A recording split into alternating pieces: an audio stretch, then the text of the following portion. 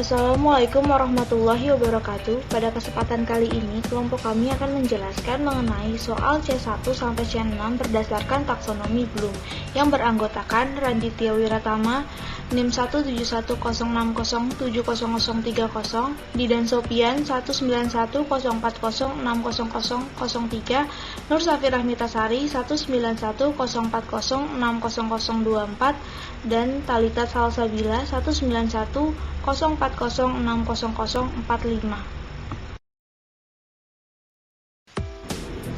Oke, yang pertama pengertian soal C1 sampai C6 berdasarkan taksonomi Bloom. Taksonomi Bloom adalah penggolongan atau klasifikasi tujuan pendidikan. Taksonomi ini pertama kali disusun oleh Benjamin S. Bloom pada tahun 1956. Dalam hal ini, tujuan pendidikan dibagi menjadi beberapa domain atau ranah atau kawasan. Dan setiap domain tersebut itu dibagi kembali ke dalam pembagian yang lebih rinci berdasarkan hierarkinya. Benjamin S. Bloom itu amat populer di dunia pendidikan dengan taksonominya yang kita kenal sebagai taksonomi Bloom. Oke, klasifikasi taksonomi Bloom itu dibagi menjadi 3 ranah. Yang pertama ada ranah kognitif, yang kedua ranah afektif, dan yang ketiga ada ranah psikomotoris. Namun pada kesempatan kali ini kelompok kami hanya membahas pada ranah kognitifnya saja. Ranah kognitif adalah ranah yang meliputi kemampuan menyatakan kembali konsep atau prinsip yang telah dipelajari, yang berkenaan dengan kemampuan berpikir, kompetensi, memperoleh pengetahuan, pengenalan, pemahaman, konseptualisasi, penentuan, dan penalaran.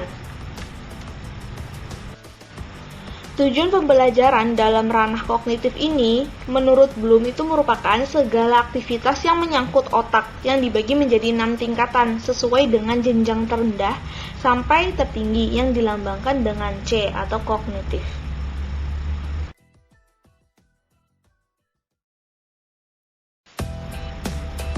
Pada tahun 1994, salah seorang murid Bloom, yaitu Lorin Anderson Krathwohl dan para ahli psikologi aliran kognitivisme memperbaiki taksonomi Bloom agar sesuai dengan kemajuan zaman.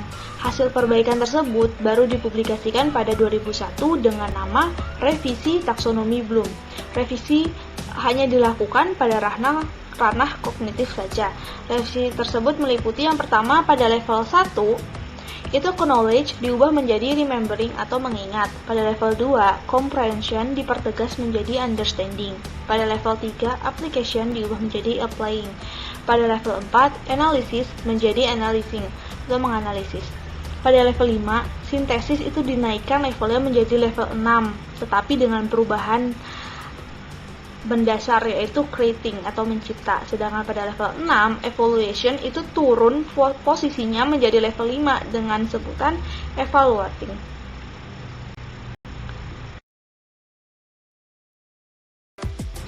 Revisi Krathwohl ini sering digunakan dalam merumuskan tujuan belajar yang sering kita kenal dengan istilah C1 sampai C6.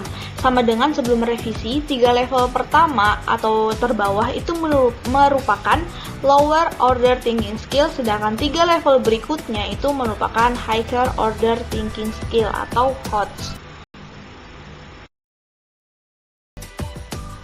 Nah, jadi ini ada klasifikasi C1 dan C6 yang sekarang kita gunakan, yaitu C1 itu mengingat, C2 memahami, C3 menerapkan, C4 menganalisis, C5 menilai, dan C6 menciptakan. Nah, sekarang kita udah masuk kepada pengertian C1 sampai C6. Yang pertama ada C1, itu mengingat atau remembering. Pada level atau tingkatan terendah ini, mengingat dimaksudkan sebagai usaha untuk mendapatkan kembali pengetahuan dari memori atau ingatan yang telah lampau, baik yang baru saja didapatkan maupun yang sudah lama didapatkan. Ingatan akan hal-hal yang pernah dipelajari itu kemudian disimpan di dalam ingatan. Nah, pengetahuan yang disimpan tadi itu dapat digali pada saat dibutuhkan melalui ingatan mengingat atau recall. Kemampuan untuk mengenali dan mengingat seperti mengingat peristilahan, definisi, fakta-fakta, gagasan, dan sebagainya. Jadi di jenjang ini tuh peserta didik menjawab pertanyaan berdasarkan dengan hafalan saja. Misalnya ada pertanyaan, sebutkan nama-nama unsur yang ada pada golongan 1A. Tuh, itu termasuk C1. Oke, yang kedua ada C2, yaitu memahami atau mengerti atau understanding. Pada level atau tingkatan kedua ini, memahami atau mengerti itu adalah kemampuan seseorang untuk mengerti atau memahami sesuatu setelah diketahui dan diingat. Memahami atau mengerti itu berkaitan dengan membangun sebuah pengertian dari berbagai sumber seperti pesan bacaan dan komunikasi. Seseorang memiliki kemampuan untuk menangkap makna dan arti tentang hal yang ia pelajari. Jadi seseorang akan memiliki kemampuan dalam menguraikan isi pokok-pokok bacaan, mengubah data yang disajikan dalam bentuk tertentu ke bentuk lain. Di jenjang ini, peserta didik itu menjawab pertanyaan dengan menggunakan kata-katanya sendiri. Misalnya, ada pertanyaan menjelaskan penyebab larutan elektrolit dapat menghantarkan arus listrik, atau membandingkan ikatan ion dengan ikatan kovalen, atau mengklasifikasikan senyawa hidrokarbon berdasarkan jenis ikatannya. Oke, selanjutnya C3 atau menerapkan atau applying. Pada level atau tingkatan ketiga ini, itu menerapkan itu maksudnya sebagai kemampuan menerapkan informasi pada situasi nyata, di mana peserta didik itu mampu menerapkan pemahamannya dengan cara menggunakannya secara nyata. Menerapkan merupakan proses yang kontinu, dimulai dari siswa menyelesaikan suatu permasalahan menggunakan prosedur baku atau standar yang sudah diketahui. Kegiatan ini berjalan teratur sehingga siswa benar-benar mampu melaksanakan prosedur ini dengan mudah, kemudian berlanjut pada munculnya permasalahan-permasalahan yang baru yang asing bagi siswa, sehingga siswa ini tuh dituntut untuk mengenal dengan baik permasalahan tersebut dan memilih prosedur yang tepat untuk menyelesaikan permasalahan tersebut.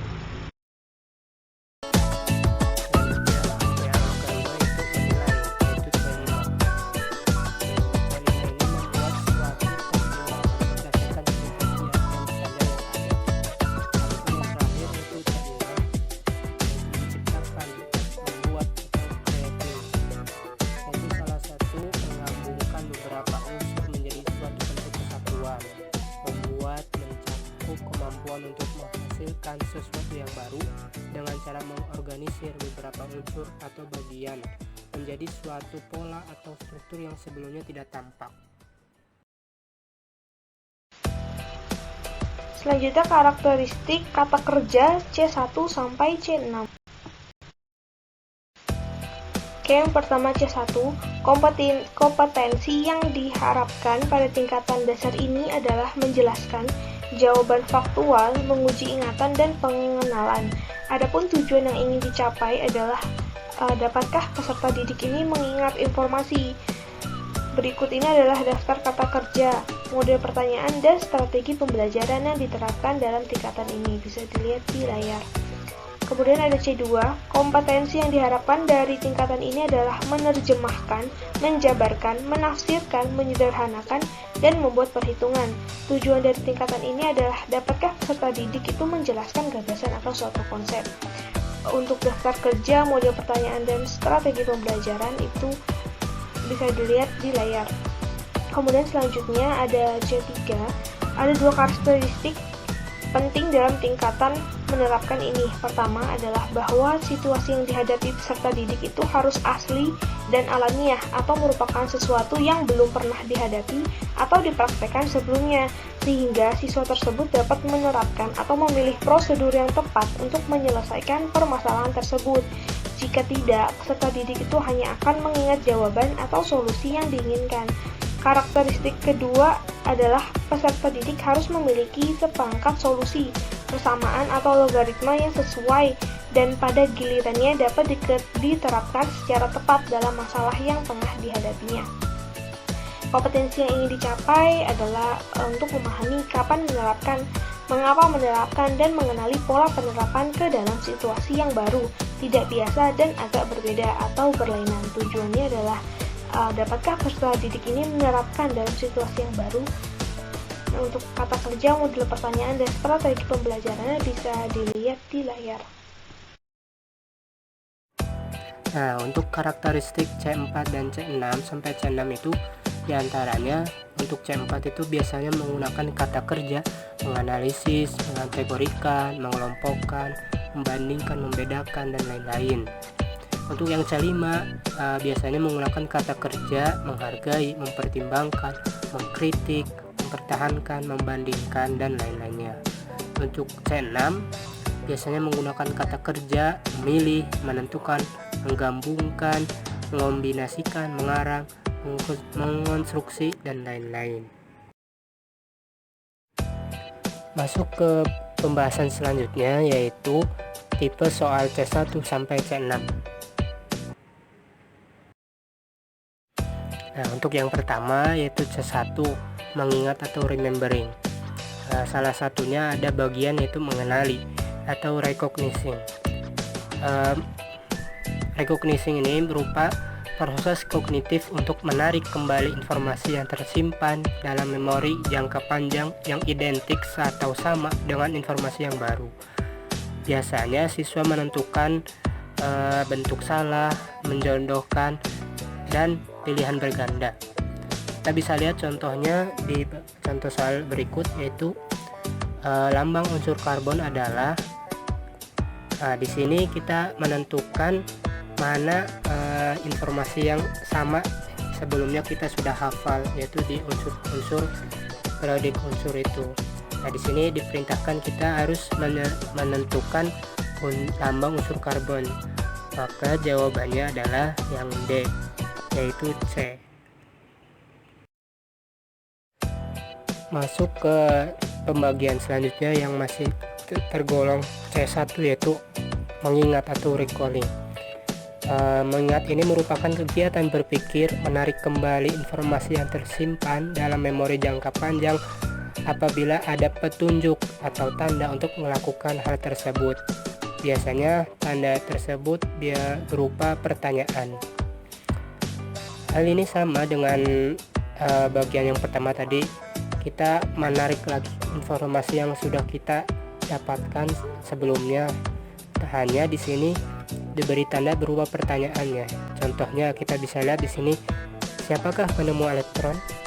Nah, maka jawabannya yang sesuai adalah Thomson. Jadi kita menarik lagi informasi yang sudah kita dapatkan sebelumnya.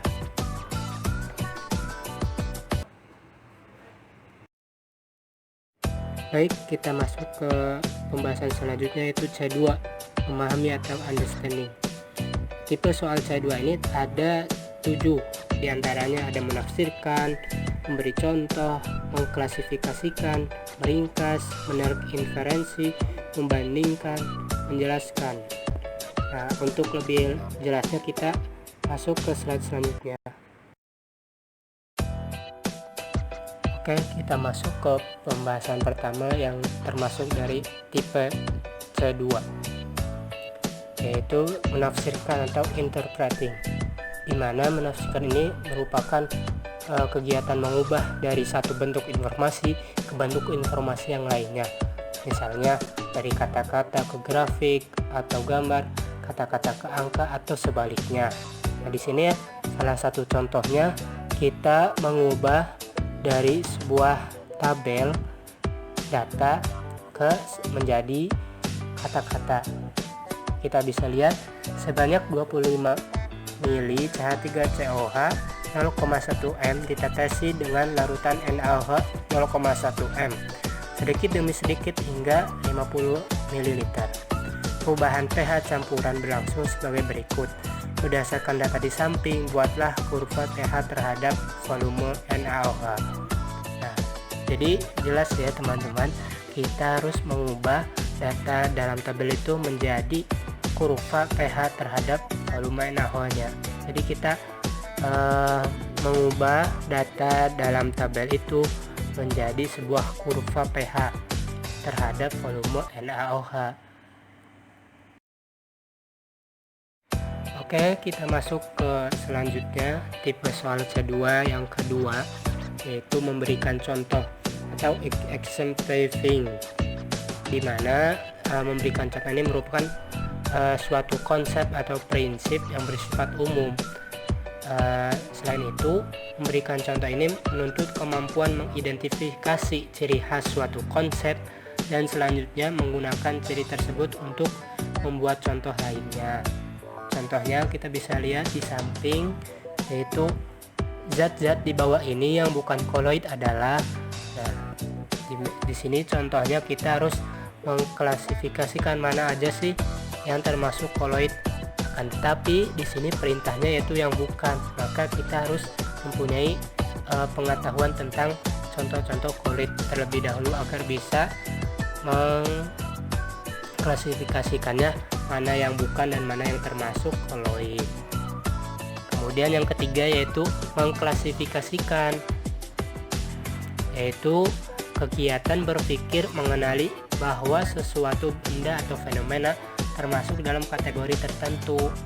Sama saja tadi sebelumnya dengan kita harus bisa mengklasifikasikan atau menggolongkan mana konsep yang sesuai.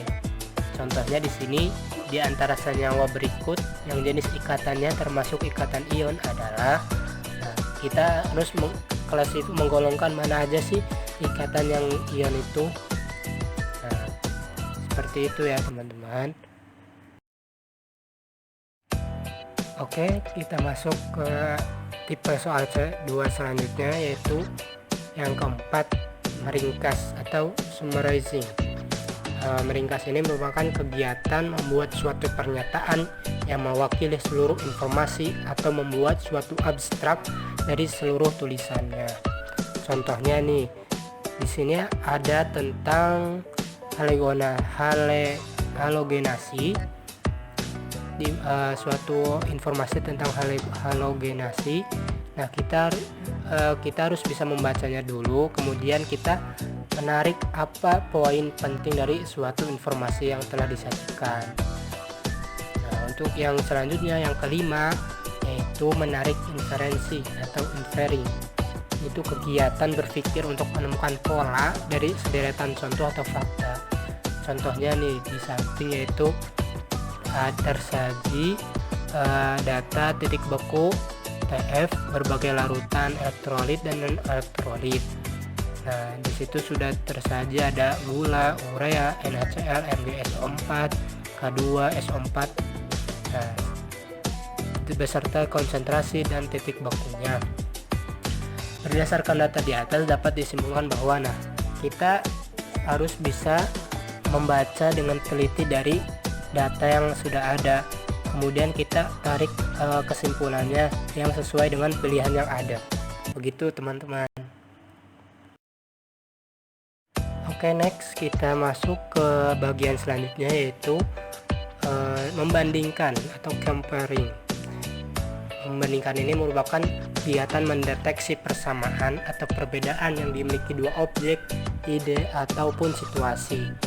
Membandingkan juga mencangkup menemukan kaitan antara unsur-unsur satu objek atau keadaan lainnya. Kita bisa lihat contoh soalnya.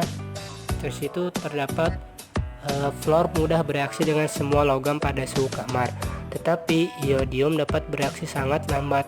Hal itu menunjukkan bahwa di sini kita harus bisa membedakan antara fluor dan iodium, baik itu dari titik didihnya, valensinya, kelarutannya, dan lain-lainnya. Jadi kita harus bisa mengetahui sifat dari kedua unsur tersebut, baik itu fluor dan iodium, sehingga kita dapat mendeteksi mana persamaannya, mana perbedaannya. Kemudian menjelaskan atau explaining, yaitu kegiatan mengkonstruksi atau menggunakan model sebab akibat dalam suatu sistem. Contohnya nih, pada suhu yang sama tekanan uap jenuh alkohol lebih besar dibanding tekanan uap jenuh air. Sebab kita harus menguraikan sebabnya perbedaan titik tekanan uap antara alkohol dan air, sehingga kita dapat menjelaskan keduanya, penyebab dari perbedaan tekanan uap alkohol dan air tersebut. Baik, kita masuk ke bagian tipe soal C3.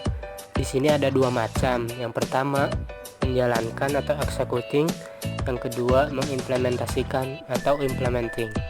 Untuk yang bagian pertama, menjalankan, yaitu menjalankan suatu prosedur rutin yang telah dipelajari sebelumnya. Langkah yang diperlukan sesuai dengan urutan tertentu. Jika langkah-langkahnya benar, maka hasilnya pun akan benar juga.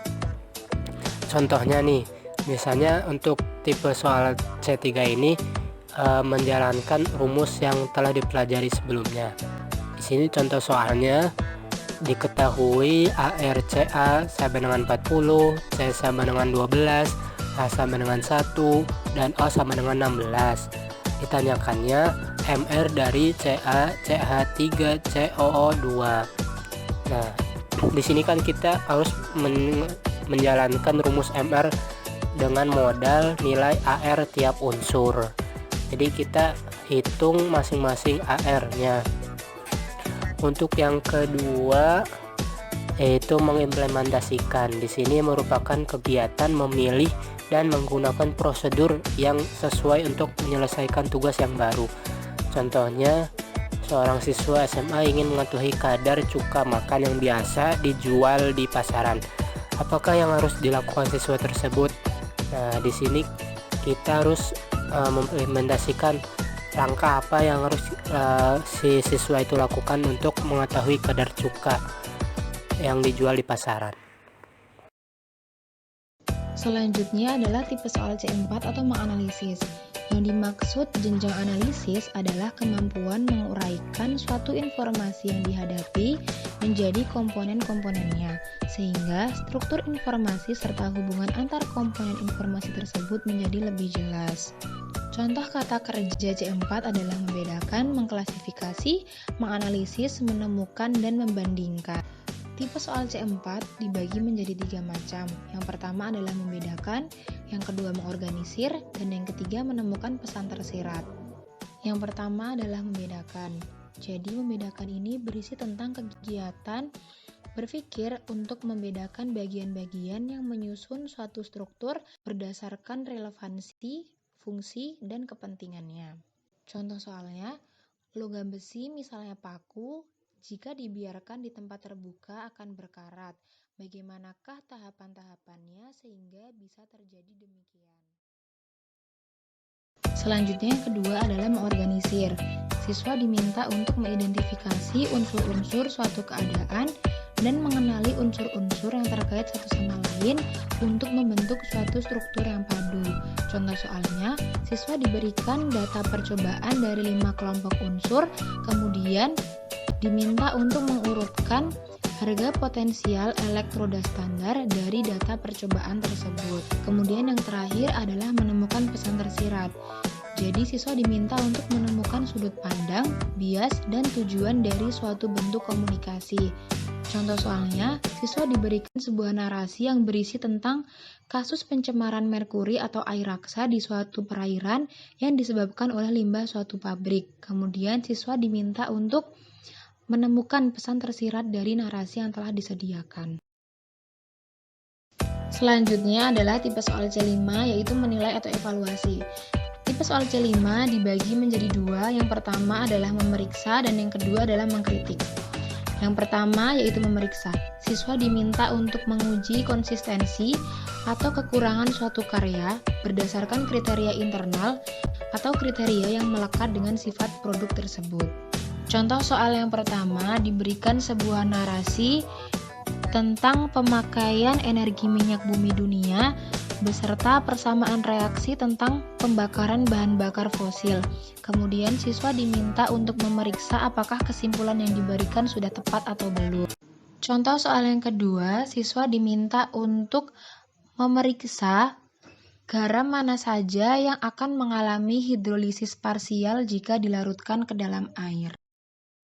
Kemudian yang kedua, mengkritik.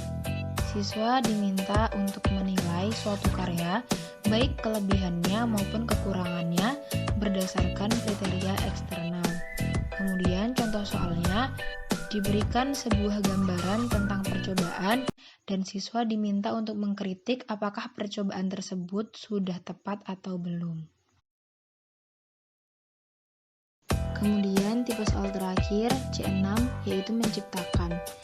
Tipe soal C6 dibagi menjadi 3, yang pertama membuat, yang kedua merencanakan, dan yang ketiga memproduksi. Yang pertama membuat, siswa diminta untuk menguraikan suatu masalah sehingga dapat dirumuskan berbagai kemungkinan hipotesis yang mengarah pada pemecahan masalah tersebut. Contoh soal yang pertama, siswa diminta untuk merumuskan hipotesis tentang indikator asam basa dari tumbuh-tumbuhan. Yang kedua yaitu merencanakan. Siswa diminta untuk mengidentifikasi unsur-unsur suatu keadaan dan mengenali unsur-unsur yang terkait satu sama lain untuk membentuk suatu struktur yang padu. Contoh soalnya, siswa diminta untuk membuat suatu rancangan eksperimen guna menguji hipotesis tentang indikator asam basa yang berasal dari jenis tumbuh-tumbuhan. Kemudian yang ketiga, memproduksi. Siswa diminta untuk menjalankan suatu rencana untuk memecahkan masalah. Dan contoh soalnya, siswa diminta untuk melakukan percobaan atau eksperimen berdasarkan rancangan yang telah dibuat dan mengembangkan alat yang sesuai dengan percobaan yang akan dilakukan.